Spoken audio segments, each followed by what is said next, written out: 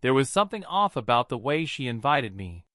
You know that feeling you get when someone smiles at you, but their eyes are already looking past you? That was Emily that night. She leaned against the kitchen counter, sipping something red from a wine glass that didn't belong to either of us. Her phone buzzed on the marble island between us, and she silenced it with a little swipe, too fast, like she didn't want me to catch the name on the screen.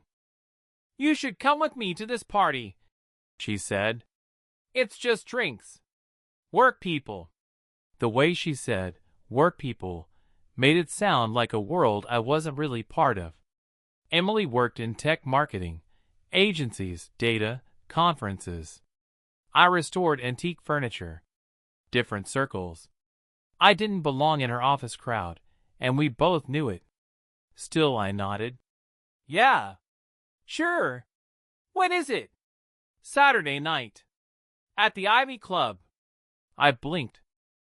That was one of those new money rooftop places, velvet ropes and parking valets. Not really my scene. I thought about my beat-up black boots and the flannel shirt with the permanent sawdust in the cuffs. I'd have to dig up a jacket. Maybe even buy new shoes. But she gave me that smile. The one she used when she was trying to pretend we were still in sync. "I want you there, Alex," she said. "It's important." And I believed her. That week I buffed out the scratches on my leather jacket and got a haircut. Cleaned up the old Dodge Ram. Emily didn't mention the party again until Saturday afternoon, when she emerged from the bedroom in a dress I had never seen before. Tight, silver, modern. It shimmered like water. "Wow," I said, and I meant it. She didn't answer. Just picked up her purse, clipped her earrings in, and checked her reflection in the window glass. We rode in silence most of the way there. She stared out the passenger side window, texting intermittently. Her phone lit up with names I didn't recognize. When we pulled up to the Ivy Club, the valet looked at my truck like it was a rusted alien. Inside, the lobby was marble and chrome. A host in a navy blazer led us to an elevator with mirrored walls and soft jazz playing like a heartbeat behind the floor numbers. On the rooftop, the city stretched out beneath us. Lights blinked in rhythm, like a heartbeat we weren't part of. The party was already in full swing, people in tailored suits and sleek dresses, laughing with half-full glasses in their hands. Music pulsed low beneath the chatter. Emily drifted in fast. She spotted someone she knew and smiled in a way I hadn't seen in months. Maybe ever. I followed her across the floor, but she didn't introduce me. I stood by the edge of the terrace, near a planter full of ornamental grass. Watched her disappear into the crowd. A guy in a navy suit asked me if I was with production. I said no. He moved on. 20 minutes passed. Maybe more. I got a drink from the bar and checked my phone. No messages. I texted her. "Where are you?" No reply. I saw her again around 10 p.m. She was talking to a tall man with salt and pepper hair, wearing a white dress shirt with the sleeves rolled up just so. He had a drink in one hand and the other resting on the railing behind her, caging her in casually. She was laughing. The real kind. Head back, teeth out. I watched from across the terrace. The man leaned in and said something low near her ear. She looked around and touched his arm. They walked inside together. My gut twisted. I waited 5 minutes. 10. Then I followed. The hallway off the main lounge was dimly lit and lined with framed black and white photos of famous people I didn't recognize. I didn't know what I was doing. I told myself I just wanted to talk to her. Just to figure out why she hadn't said goodbye. But my legs felt stiff, my hands cold, like my body already knew something my mind refused to accept. I found them near the coat check. She was holding her jacket. He was leaning in close, whispering something. She nodded. He touched her lower back. Then they walked past me like I didn't exist. She didn't even glance in my direction, as if I were another piece of furniture. I stood frozen. The woman behind the coat check gave me a puzzled look. "Sir?" she said. I turned and walked outside. The air was sharp and cold. I felt it through my jacket. My phone buzzed in my pocket. I thought, maybe it's her. Maybe she realized. Maybe it was a misunderstanding. It was a news alert. I sat on the edge of a planter and stared down at the sidewalk 3 floors below. People moved like a time-lapse, blurred, untouchable. Eventually, I drove home alone. When I got back to our place, her coat was gone from the hook. The heels she'd worn were sitting neatly by the door, like she'd traded them in for something faster. Her toothbrush was still in the cup, but her laptop was gone. I sat on the couch for a long time, staring at nothing. The party music still echoed somewhere in my ears, ghostly and hollow. At 2:47 a.m., she texted, "Don't wait up." I stared at that message for a long time. Didn't reply. Didn't sleep. I just sat there until the morning light began to soften the room. The kind of light that forgives nothing. The kind that makes everything true. By Sunday afternoon, I'd stopped pretending to be fine. I skipped breakfast, poured some cereal, stared at it, and left it on the counter. I opened my laptop, checked a few emails, and closed it again. There was a text from my sister that I didn't answer. A call from a client I let ring. I went out to the garage. The scent of sawdust was still sharp in the air, but even the familiar comfort of wood and tools didn't cut through the fog. I didn't know where Emily was. She hadn't come back. Her car wasn't in the lot. I didn't ask. I didn't look. I just let the silence stretch until it became its own answer. By evening, I caved. I called her.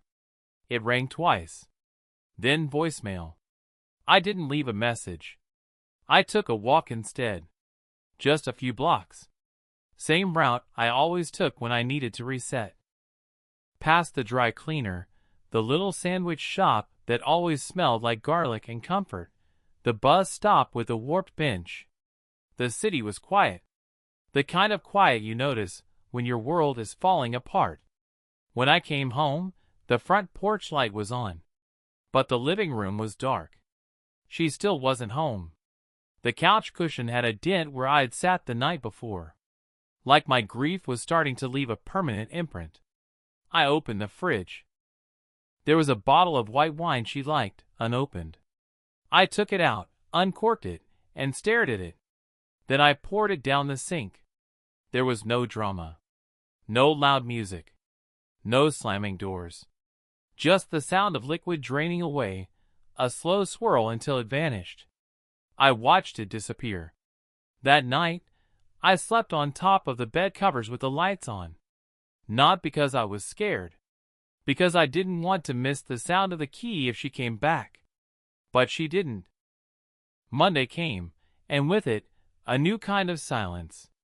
I went through the motions. Showered. Made coffee. Fed the cat. I even drove out to the shop, where 2 client pieces waited, an antique pine dresser and an 1890s sideboard. Beautiful pieces.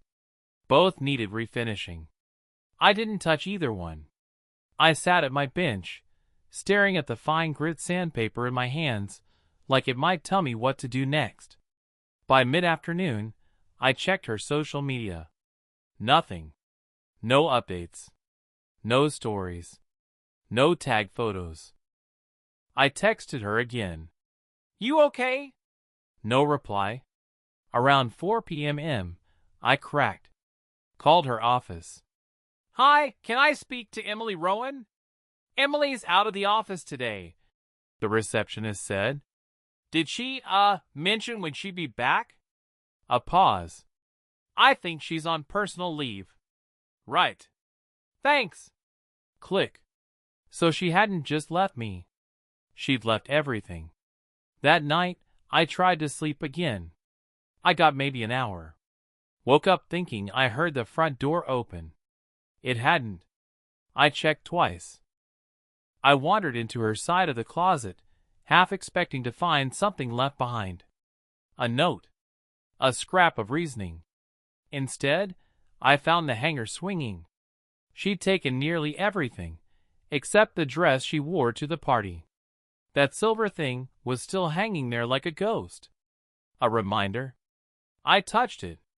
It was cold. Later, I got an email from one of her friends. Megan. We weren't close, but she and Emily used to do brunch. Subject line. Alex, checking in. The message was short. Hey. Just wanted to make sure you're okay. I haven't heard from him either. She mentioned needing time. If I hear anything, I'll let you know. That was it. Time. That was the currency now. Everyone was giving her time. But it felt like she'd just taken it. On Wednesday, I finally picked up a brush. The antique dresser had waited long enough. The client had emailed twice, politely. I couldn't keep ignoring it. The longer I sat still, the louder the questions got. So I moved. I sanded the top surface in slow, rhythmic strokes, letting the texture of the wood guide my breath. I could feel something in me settling. Not healing, just shifting into something sturdier, less volatile. By mid-morning, I had stripped half the dresser down to bare wood. It looked raw and clean and honest. Unlike the last words Emily had spoken to me, she still hadn't returned. Not a call, not a word. I had left her alone, like I assumed she wanted. But I wasn't sure how long silence could hold before it became permanent. That evening, Megan called again. She's at her sister's in Portland, she said. She left her phone behind. Got a new number. Said she needed to start over. Did she say why? I asked. A pause. Not really. Just that everything felt too loud. That she needed space from expectations. I didn't know what to say to that. I thanked Megan and hung up. Portland. That was 3 states away. So this wasn't a weekend getaway. It was something else. Something final. Thursday, I boxed up the rest of her things. Not as an act of revenge. Not to send a message. But because the room felt haunted. Her absence lived in every drawer she didn't open, every silence she didn't break. I folded her clothes carefully. Even the socks. I labeled the boxes. Wrote her name with a marker I used for finished pieces. I kept the silver dress on its hanger. Maybe out of spite.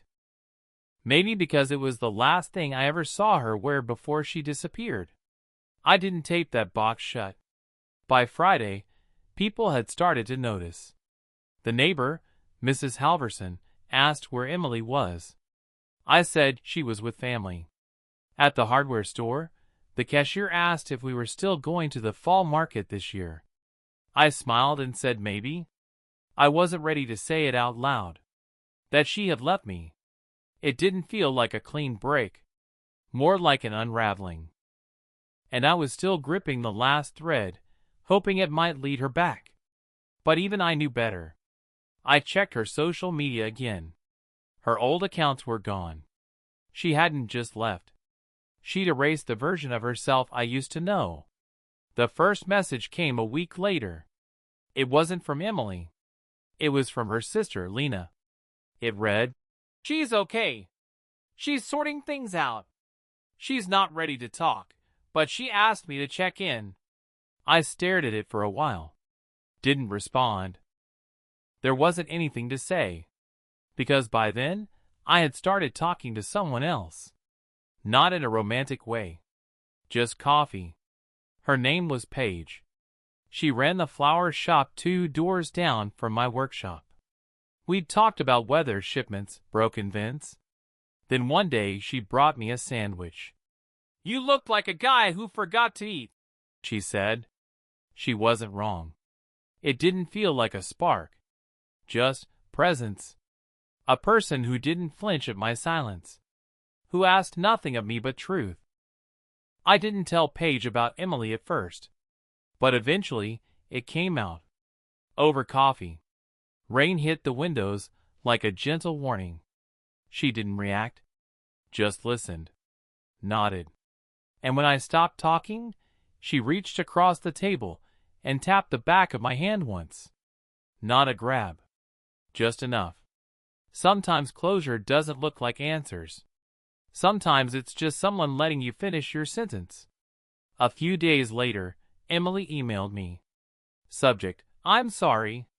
The body was short. I needed to leave.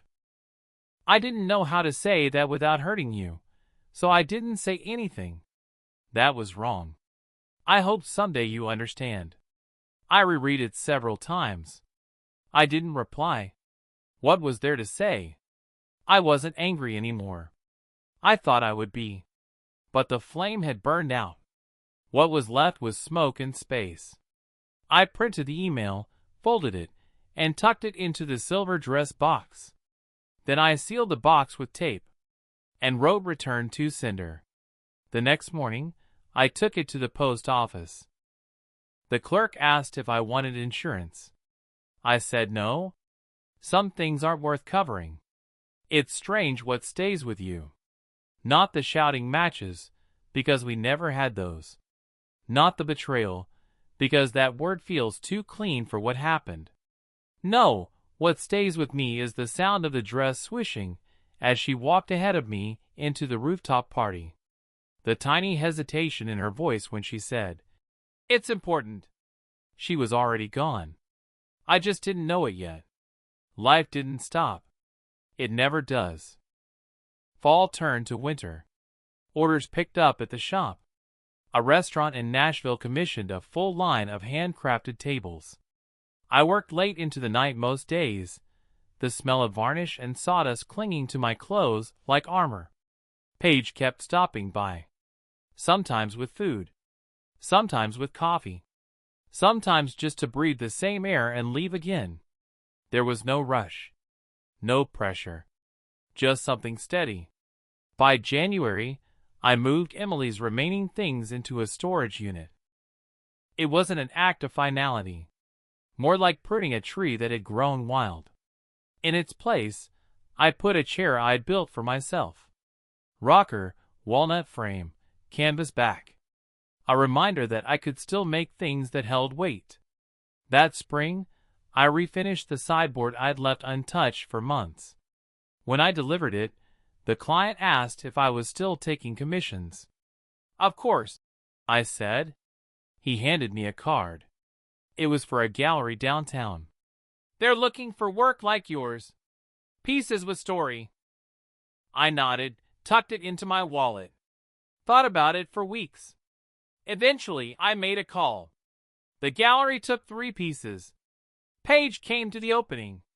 She wore dark green and carried herself like someone who knew the ground beneath her feet wouldn't shift. Afterward, we walked home in silence. Not awkward, just quiet. The way people are when there's nothing left to prove. At my door, she looked at me. "You okay now?" I thought about it.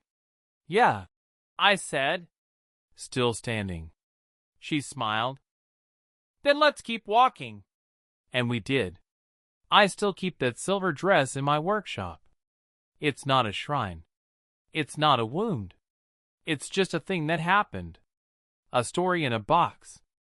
A reminder of the quiet and the choice to keep going. Some nights I sit out back, beer in hand, the scent of cedar and steel in the air. The sound of laughter from next door. The porch light flickering in a familiar rhythm. And I feel whole. Not healed. Just whole.